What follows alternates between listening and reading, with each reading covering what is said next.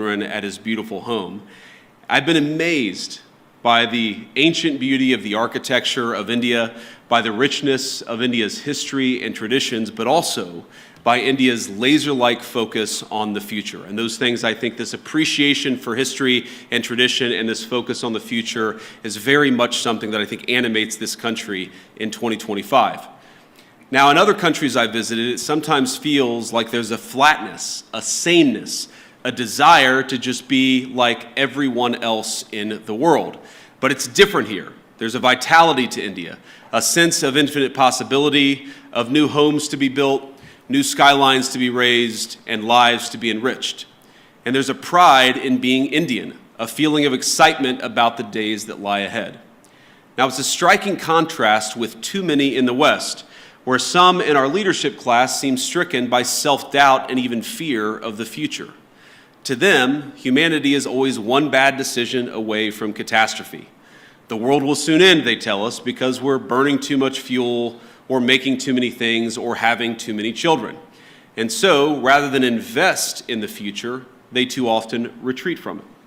Some of them pass laws that force their nations to use less power. They cancel nuclear and other energy generation facilities, even as their choices, the choices of these leaders, lead to more dependence on foreign adversaries. Meanwhile, their message to their friends, to countries like India, is to tell them that they're not allowed to grow. Well, President Trump rejects these failed ideas. He wants America to grow, he wants India to grow, and he wants to build the future with our partners all over the globe.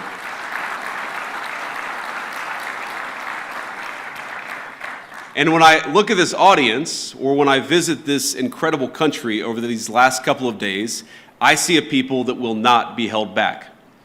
Now, the most profound responsibility I believe that all of us have is not to ourselves, but to the next generation, to make sure we leave them with a better society than the one that our parents and our grandparents gave us. And this is the world that America seeks to create with you. We want to build a bright new world, one that's constantly innovating, one that's helping people to form families, making it easier to build, invest, and trade together in pursuit of common goals. Now, I believe that our nations have much to offer one another, and that's why we come to you as partners looking to strengthen our relationship. Now, we're not here to preach that you do things any one particular way. Too often in the past, Washington approached Prime Minister Modi with an attitude of preachiness, or even one of condescension. Prior administrations saw India as a source of low-cost labor on the one hand, even as they criticized the Prime Minister's government, arguably the most popular in the democratic world, and as I told Prime Minister Modi last night, he's got approval ratings that would make me jealous. But it wasn't just India. This attitude captured too much of our economic relationship with the rest of the world. So we shipped countless jobs overseas, and with them our capacity to make things, from furniture, appliances, and even weapons of war. We traded hard power for soft power, because with economic integration, we were told, would also come peace through sameness. Over time, we'd all assume the same sort of bland, secular, universal values, no matter where you lived. The world was flat after all. That was the thesis, and that was what they told us. And when that thesis proved false, or at least incomplete, leaders in the West took it upon themselves to flatten it by any means necessary. But many people across the world, and I think your country counts among them, they did not want to be flattened. Many were proud of where they came from, their way of life, the kind of jobs they worked, and the kind of jobs their parents worked before them. And that very much includes people in my own country, the United States of America. Now, some of you are aware of my own background. I actually didn't plan to talk about my background at all until last night at dinner while my children mostly behaved. We gave an A- for behavior with the Prime Minister. The Prime Minister said, I have one request. I want you to talk a little bit about your background. And so I wanted to do that. For those of you who don't know anything about me, I wanted to talk about it. I come from, and I'm biased, the greatest state in the Union, the state of Ohio, a longtime manufacturing powerhouse in the United States of America. My home specifically is a place called Middletown. Now, it's not a massive city by any means. It's not Jaipur, but it's a decent-sized town and a place where people make things, which has been a point of pride in Middletown for generations. It's filled with families like my own, some of whom called us hillbillies, Americans who came down from the surrounding hills and mountains of West Virginia, Tennessee, and Kentucky to cities like Middletown in pursuit of the manufacturing jobs that were creating widespread prosperity for families all across America. They came to Middletown in search of what we call back home the American dream. In Middletown, my parents raised me. My grandparents raised me. They taught us to work hard, they taught me to study hard, and they taught me to love God and my country and always be good to your own. My granddad, who I called Papaw growing up, he typified that. Late into life, he worked as a steelmaker at the local mill, and I know India has a lot of those. Papaw's job gave him a good wage, stable hours, and a generous pension.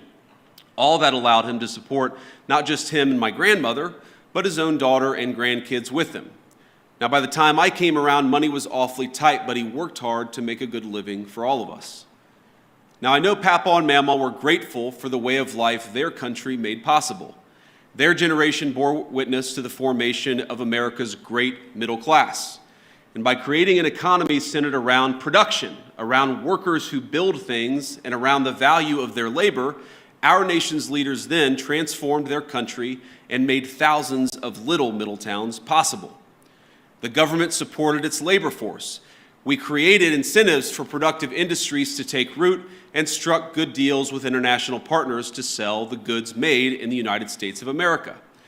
But as America settled into world historic prosperity it generated, our leaders began to take that very prosperity and what created it for granted. They forgot the importance of building, of supporting productive industry, of striking fair deals, and of supporting our workers and their families. And as time went on, we saw the consequences. In my hometown, factories left, jobs evaporated, America's middle towns ceased to be the lifeblood of our nation's economy. And the United States, as it became transformed, those very people, the working class, the background of the United States of America, were dismissed as backwards for holding on to the values their people had held dear for generations. Now, Middletown's story is my story, but it's hardly unusual in the United States of America. There are tens of millions of Americans who, over the last 20 or so years, have woken up to what's happening in our nation. But I believe they woke up well before it's too late. Now, like you, we want to appreciate our history, our culture, our religion. We want to do commerce and strike good deals with our friends. We want to found our vision of the future upon the proud recognition of our heritage rather than self-loathing and fear. I work for a president who has long understood all of this, whether through fighting those who seek to erase American history or in support of fair trade deals abroad. He has been consistent on these issues for decades. And as a result, under the Trump administration, America now has a government that has learned from the mistakes of the past. It's why President Trump cares so deeply about protecting the manufacturing economy that is the lifeblood of American prosperity and making sure America's workers have opportunities for good jobs. As we saw earlier this month, he will go to extraordinary lengths to protect and expand those opportunities for all Americans. And so today I come here with a simple message. Our administration seeks trade partners on the basis of fairness and of shared national interests. We want to build relationships with our foreign partners who respect their workers, who don't suppress their wages to boost exports, but respect the value of their labor. We want partners that are committed to working with America to build things, not just allowing themselves to become a conduit for transshipping others' goods. And finally, we want to partner with people and countries who recognize the historic nature of the moment we're in, of the need to come together and build something truly new, a system of global trade that is balanced, one that is open, and one that is stable and fair. Now, I want to be clear, America's partners need not look exactly like America, nor must our governments do everything exactly the same way. But we should have some common goals, and I believe here in India we do, in both economics and in national security. And that's why we're so excited. That's why I'm so excited to be here today In India, America has a friend, and we seek to strengthen the warm bonds our great nations already share. Now, critics have attacked my president, President Trump, for starting a trade war in an effort to bring back the jobs of the past, but nothing could be further from the truth. He seeks to rebalance global trade so that America, with friends like India, can build a future worth having for all of our people together. And when President Trump and Prime Minister Modi announced in February that our countries aim to more than double our bilateral trade to $500 billion by the end of the decade, I know that both of them meant it. And I'm encouraged by everything our nations are doing to get us there. As many of you are aware, both of our governments are hard at work on a trade agreement built on shared priorities, like creating new jobs, building durable supply chains, and achieving prosperity for our workers. In our meeting yesterday, Prime Minister Modi and I made very good progress on all of those points. And we are especially excited to formally announce that America and India have officially finalized the terms of reference for the trade negotiation. I think this is a vital step. Thank you.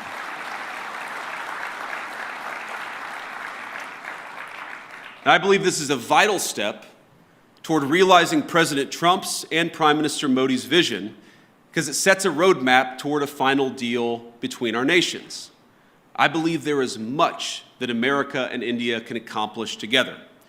And on that note, I want to talk about a few areas of collaboration today, how India and the United States can work together. First, perhaps most importantly, to protect our nations. Second, to build great things. And finally, to innovate the cutting-edge technologies both our countries will need in the years to come. Now, on defense, our countries already enjoy a close relationship, one of the closest relationships in the world. America does more military exercises with India than we do with any other nation on earth. The U.S.-India Compact that President Trump and Prime Minister Modi announced in February will lay the foundation for even closer collaboration between our countries. From javelins to Stryker combat vehicles, our nations will co-produce many of the munitions and equipment that we'll need to deter foreign aggressors. Not because we seek war, but because we seek peace, and we believe the best path to peace is through mutual strength. And the launching the Joint Autonomous Systems Industry Alliance will enable America and India to develop the most state-of-the-art maritime systems needed for victory. It's fitting that India, this year, is hosting the Quad Leaders Summit this fall. Our interests in a free, open, peaceful, and prosperous Indo-Pacific are in full alignment. Both of us know that the region must remain safe from any hostile powers that seek to dominate it. Growing relations between our countries over the last decade are part of what led America to designate India a major defense partner, the first of that class. This designation means that India now shares with the UAE a defense and technology infrastructure and partnership with the United States on par with America's closest allies and friends. But we actually feel that India has much more to gain from its continued defense partnership with the United States, and let me sketch that out a little bit. We, of course, want to collaborate more. We want to work together more, and we want your nation to buy more of our military equipment, which of course we believe is the best in class. American fifth-generation F-35s, for example, would give the Indian Air Force the ability to defend your airspace and protect your people like never before. And I've met a lot of great people from the Indian Air Force just in the last couple of days. India, like America, wants to build, and that will mean that we have to produce more energy. It's more energy production and more energy consumption. And it's one of the many reasons why I think our nations have so much to gain by strengthening our energy ties. As President Trump is fond of saying, America has once again begun to drill, baby, drill. And we think that will inure to the benefit of Americans, but it will also benefit India as well. Past administrations in the United States of America, I think motivated by a fear of the future, have tied our hands and restricted American investments in oil and natural gas production. This administration recognizes that cheap Dependable energy is an essential part of making things and is an essential part of economic independence for both of our nations. Of course, America is blessed with vast natural resources and an unusual capacity to generate energy, so much that we want to be able to sell it to our friends like India. We believe your nation will benefit from American energy exports and expanding those exports. You'll be able to build more, make more, and grow more, but at much lower energy costs. We also want to help India explore its own considerable natural resources, including its offshore natural gas reserves and critical mineral supplies. We have the capacity and we have the desire to help. Moreover, we think energy co-production will help beat unfair competitors in other foreign markets. But India, we believe, can go a long way to enhance energy ties between our nations. And one suggestion I'd have is maybe consider dropping some of the non-tariff barriers for American access to the Indian market. Now, I've talked about this, of course, with Prime Minister Modi. And look, President Trump and I know that Prime Minister Modi is a tough negotiator. He drives a hard bargain. It's one of the reasons why we respect him. And we don't blame Prime Minister Modi for fighting for India's industry. But we do blame American leaders of the past for failing to do the same for our workers. And we believe that we can fix that to the mutual benefit of both the United States and India. Let me give an example. American ethanol, we believe made from the finest corn in the world, can play a tremendous role in enhancing our partnership. And I know our farmers would be delighted to support India's energy security ambitions. We welcome the Modi government's budget announcement to amend India's civil nuclear liability laws, which currently prevent U.S. producers from exporting small modular reactors and building larger U.S.-designed reactors in India. There's much that we can create, much that we can do together. We believe that American energy can help realize India's nuclear power production goals, and this is very important, as well as its AI ambitions. Because as the United States knows well, and I know that India knows well, there is no AI future without energy security and energy dominance. And that brings me to my final point of collaboration. I believe that the technological collaboration between our countries is going to extend well beyond defense and energy.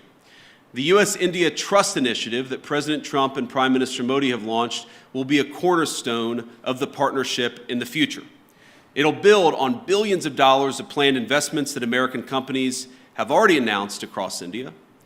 In the years to come, we're going to see data centers, pharmaceuticals, undersea cables, and countless other critical goods being developed and being built because of the American and Indian economic partnership. And I'll say it again, I think that our nations have so much to gain by investing in one another. America investing in India, and of course, India investing in the United States of America. And I know that Americans, our people, are excited about that prospect, and that President Trump and I are looking forward to stronger ties. Americans want further access to Indian markets. This is a great place to do business, and we want to give our people more access to this country. And Indians, we believe, will thrive from greater commerce from the United States. This is very much a win-win partnership. It certainly will be far into the future. And as I know this audience knows better than most, neither Americans nor Indians are alone in looking to scale up their manufacturing capacity. The competition extends well beyond cheap consumer goods and into munitions, energy, infrastructure, and all sorts of other cutting-edge technologies. I believe that if our nations fail to keep pace, the consequences for the Indo-Pacific, but really the consequences for the entire world, will be quite dire. And this, again, is where India and the United States have so much to offer one another. We've got great hardware, the leading artificial intelligence hardware in the world. You have one of the most exciting startup technology infrastructures anywhere in the world. There's a lot to be gained by working together. And this is why President Trump and I both welcome India's leadership in a number of diplomatic organizations, but of course in the Quad. We believe a stronger India means greater economic prosperity, but also greater stability across the Indo-Pacific, which is, of course, a shared goal for all of us in this room, and is a shared goal for both of our countries. Now, I want to close with one last story, or maybe a couple of stories. So, my son Ewan is 7 years old. He's our firstborn son. And yesterday, after we had dinner at the Prime Minister's house, the food was so good, and the Prime Minister was so kind to our 3 children, that Ewan came up to me afterwards and he said, "Dad, I think maybe I could live in India." But I think after about 90 minutes in the Jaipur sun today at the Great Palace, he suggested that maybe we should move to England. So you take the good with the bad here. But I want to talk about Prime Minister Modi because I think he's a special person. I first met Prime Minister Modi at the AI Action Summit in February, and we had a lot of important discussions on AI and other policies to prepare for. The Prime Minister also managed to figure out that my son Vivek was actually turning 5 years old on the trip. This was in Paris just a couple of months ago. So think about this. Amid a huge international policy conference, he took the time to stop by where I was staying, wish our second son, Vivek, a happy birthday, and even bring him a gift. Ush and I were both genuinely touched by his graciousness, and we've been even more impressed by his warmth since we arrived in India. Now, it's interesting. Some of you may know that when you're a politician, your kids spend almost as much time in the limelight as you do, and the great things about kids is they are brutally honest. They're brutally honest with everybody, whether you want them to be or not. And our 7-year-old, our 5-year-old, and then our 3-year-old baby girl, Mirabelle, it's interesting. They've only really attached themselves to, they've only really liked, I should say, they've only really built a rapport with 2 world leaders. The first, of course, is President Trump. He just has a certain energy about him. But Prime Minister Modi, it's the exact same thing. Our kids just like him. And I think that because kids are such good, strong of characters, I just like Prime Minister Modi too. And I think it's a great foundation for the future of our relationship. I could tell when Prime Minister Modi came over a couple of months ago, and I believe today that he is a serious leader who has thought deeply about India's future prosperity and security, not just for the rest of his time in office, but over the next century. And I want to end by making a simple, overarching point. We are now officially 1/4 into the 21st century, 25 years in, 75 years to go. And I really believe that the future of the 21st century is going to be determined by the strength of the United States-India partnership. Thank you. I believe that if India and the United States work together successfully, we are going to see a 21st century that is prosperous and peaceful. But I also believe that if we fail to work together successfully, the 21st century could be a very dark time for all of humanity. So I want to say, it's clear to me, as it is to most observers, that President Trump, of course, intends to rebalance America's economic relationship with the rest of the world. That's going to fundamentally will cause profound changes within our borders in the United States, but of course with other countries as well. But I believe that this rebalancing is going to produce great benefits for American workers. It's going to produce great benefits for the people of India. And because our partnership is so important to the future of the world, I believe President Trump's efforts, joined, of course, by the whole country of India and Prime Minister Modi, will make the 21st century the best century in human history. Let's do it together. God bless you, and thank you for having me.